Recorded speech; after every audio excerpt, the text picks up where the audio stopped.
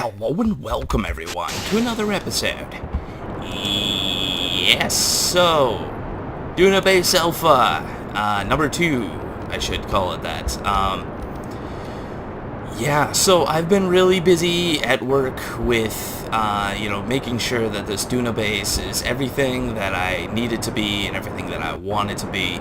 And I have been really working tirelessly to make sure that everything really comes together and works out very, very, very well. So yeah, I got a little bit of a funky rocket design this time. I ended up having to move some stuff around in order to make way for these nuclear engines, but everything's looking pretty good right now.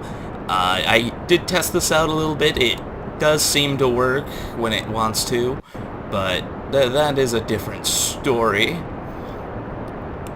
So I'm going to start talking about two things that I really want to do. Number one, I have had a kind of overwhelming demand right now. At least a lot of you guys have mentioned it. I will be doing a career mode series, and I will be starting that up probably in the same day that this video goes out. So that, just to clear that up, everyone, I will be doing career mode and setting all that stuff up and, really working into everything as far as how the career mode works and, all the little tips and stuff. I'll try to give you guys as many as I can, even though I am a noob to it just about as much as you guys, but I have messed around with it, so I kinda know what I'm doing, but, that's like a big kinda. And, yeah, so with the Duna effort right now, the one thing I'm really looking forward to doing is colonizing Duna. Not just the ground, but also have a orbital fuel station and an orbiting space station, possibly. At least the space station might be on hold for a little bit, and I think we'll mainly focus on the fuel station, at least for now. And the fuel station itself, the way that I have it set up, at least what I have in my plans as far as what I want to do with it, it's gonna come together pretty nicely. That's all I can say. The way that I kind of plan on doing it is actually pretty smart in a way, because what I have planned on doing is just basically setting up like a regular fuel station the way I have it now, the way I have one like in orbit around Kerbin, and what I'm going to do instead is basically set up something along the same thing, put some engines on it, and then just launch it all as like one massive piece. So I really have like some doubts on it, but at the same time I think it should work. There really isn't much. I mean, I might end up, the one thing I'm thinking about doing is just adding 2 fuel tanks to it and putting 2 engines on it, so that would kind of solve the problems as far as the weights and all that other good stuff. But what I plan on doing with this for right now is I'm going to probably end up getting it into a relatively high orbit, and I'm going to put everything in kind of the same orbit area. That way I can kind of distinguish between what's what. And that will be our Duna effort, at least for now. I'm thinking of doing it at like maybe 200,000 or 300,000 orbit or something like that, getting it pretty far out there, and that will be kind of our base grounds, at least for everything for now.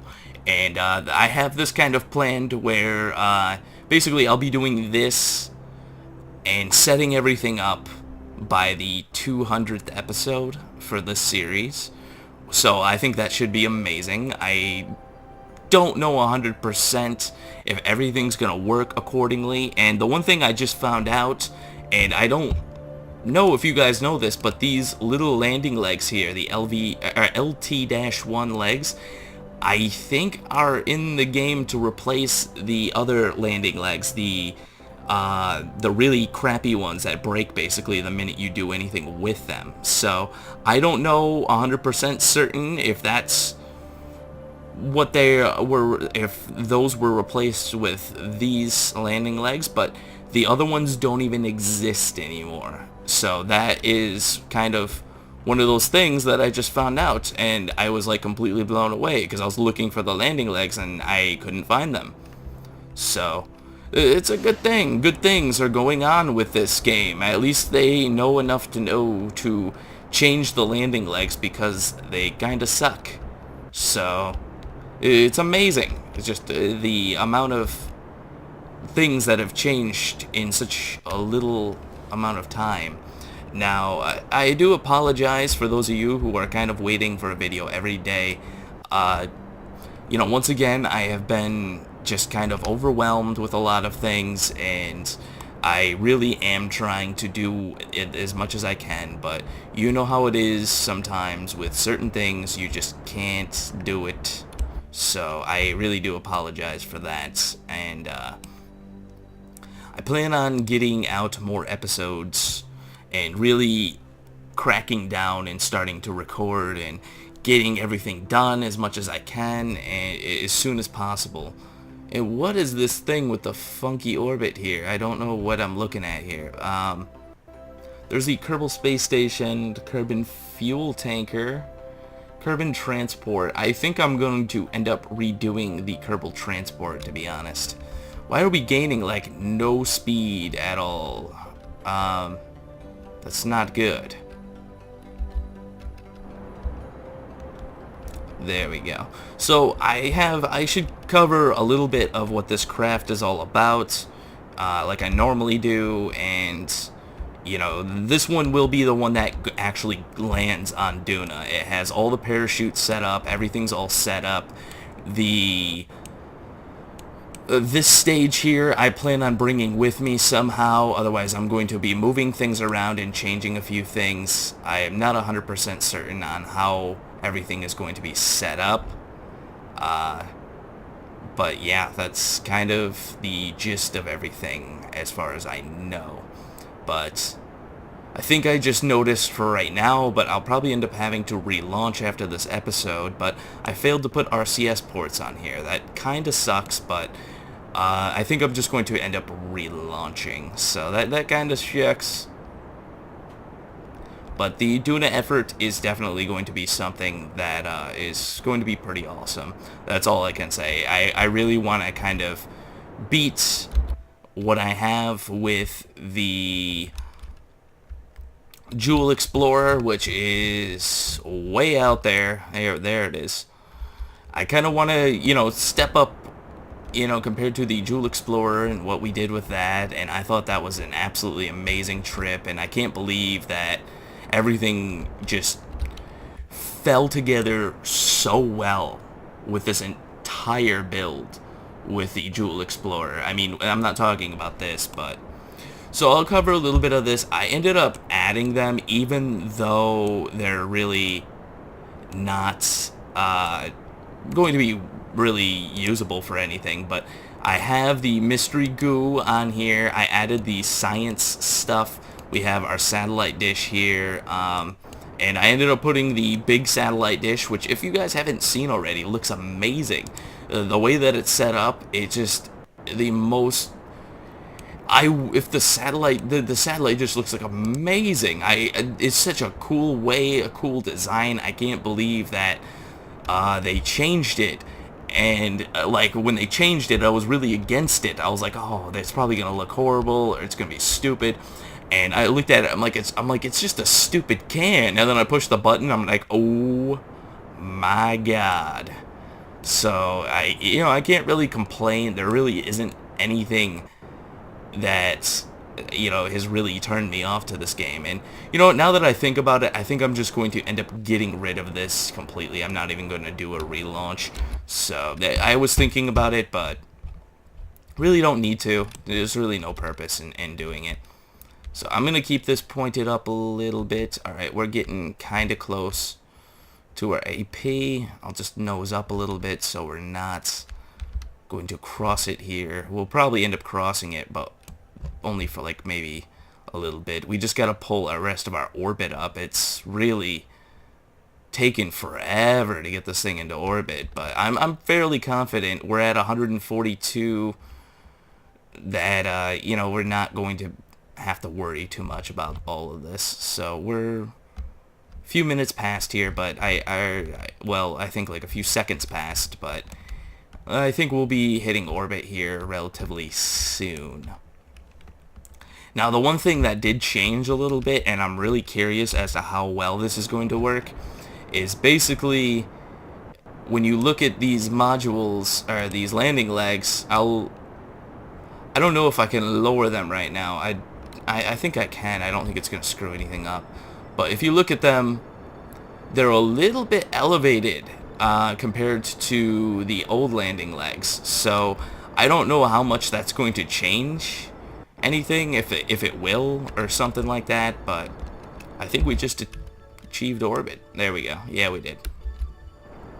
Now, I think it's going to elevate things just a little bit as far as like the height from the ground. That's why I added on some extra stuff, but I think we're going to be okay. I really do think we're going to be okay with everything. So some of the things that I'm going to have to do in the coming episodes will be adding engines to both of these here. I'm only going to put 2 engines on, and then the center is just going to be a fuel tank. And hopefully that will be enough. Once again, I have to do a few calculations and make sure that everything is just 100% right and everything's going to be working, and I'm not going to have any crazy things pop up at the end that are going to cause some kind of a problem. So that's the main concern for at least right now. And I have plans to also kind of add on a few more Kerbals onto this flight. I launched with the hitchhiker cans empty, but I think I might end up just bringing up a few extra Kerbals and calling it a day there. So I want to get this into an orbit where it's kind of in its own separate orbit, which I think I'm going to put it at Kerbal transport height, and I will be removing the Kerbal transport completely from this save. I just don't really, even at launch, I really wasn't 100% confident in the design, and I just didn't really like the design 100%, and I really feel like I could have worked on it a little bit better, but we'll get rid of that, and, out with the old, in with the new, at least for this orbit. I want to keep my orbits a little bit separate compared to, at least having everything separated out and being able to distinguish what's what.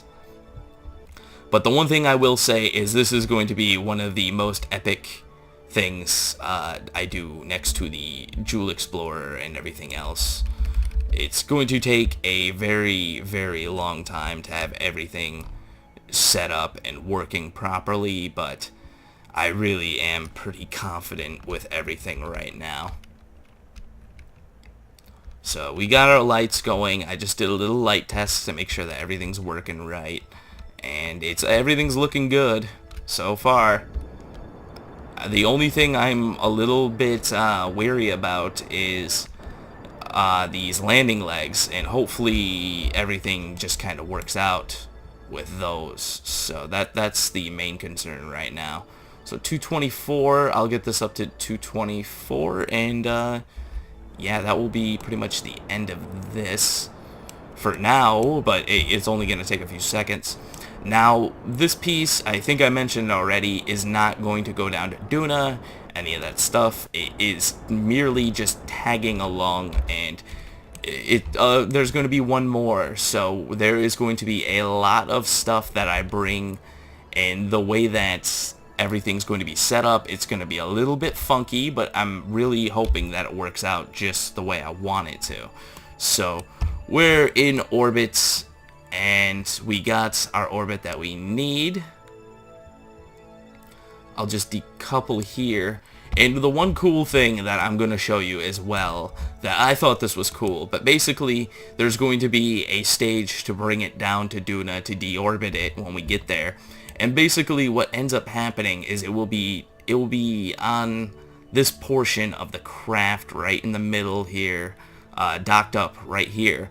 And what I'll do is I'll disable the crossfeed, and then once we get close enough to where I don't need that stage anymore, I can just hit the decoupler and it will just decouple the thing completely from the craft. So That is one thing I thought was really cool. It's basically it's basically a docking port with a decoupler on the other side, and you can just get rid of it the minute you don't need it anymore. Whoa, there we go. I thought I thought the engine exhaust might damage the craft there, but should have been a little bit more careful, but you know how well I do with things like that. So I'm gonna deorbit this thing, and yeah, so one thing before I go, if you guys haven't already, check out Naughty Games' page. He's been doing stuff with Kerbal Space Program. He's a KSPer just like me, just like all of us who watch these videos. And, you know, I ask you to go and check out his stuff. He is doing stuff with Space Station and Zords and just crazy stuff that I really have no idea about. And, yeah, so go and check him out. But anyways, thank you guys for watching. If you like what you see here, subscribe. There's always more to come. To all you new people, welcome. And, yeah, I will see you next time.